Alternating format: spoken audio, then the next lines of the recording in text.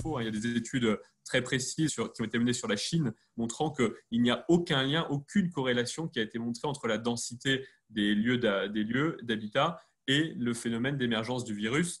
Le problème, c'est la suroccupation des logements, c'est-à-dire de l'habitat qui n'est pas utilisé selon la norme à laquelle il avait été produit, donc avec une suroccupation, une promiscuité à l'intérieur de l'habitat. Et des villes comme Singapour, qui est sans doute l'une des villes les plus denses au monde, troisième ville la plus dense au monde si on considère les grandes villes des pays développés.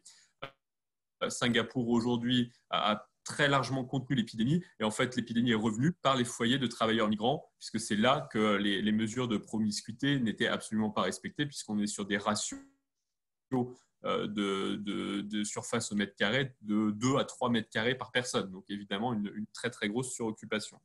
Donc attention à vouloir tout condamner, tout jeter en pensant que les choses vont considérablement changer. Attention à prendre des mesures de relance qui iraient à l'encontre d'un mouvement qu'on a plutôt essayé de limiter ces dernières années, qui est quand même l'étalement urbain. Alors, je veux bien qu'on tout d'un coup, on abandonne tout et qu'on se réfugie dans nos voitures. Il n'empêche que le prix à payer de l'étalement urbain, c'est quand même un tribut écologique extrêmement fort qui va se rappeler à nous très rapidement. Et je veux dire qu'il y a quand même un certain nombre d'impératifs climatiques qui malheureusement ne s'embarrassent guère de la question du virus et qui vont revenir sur le devant de la scène très rapidement. Donc, tout ça pour dire que le premier sujet de se poser la question des choix de localisation des ménages demain et de se dire qu'un tel va partir à la campagne et tel autre va finalement vouloir retourner avoir un pavillon et ainsi de suite.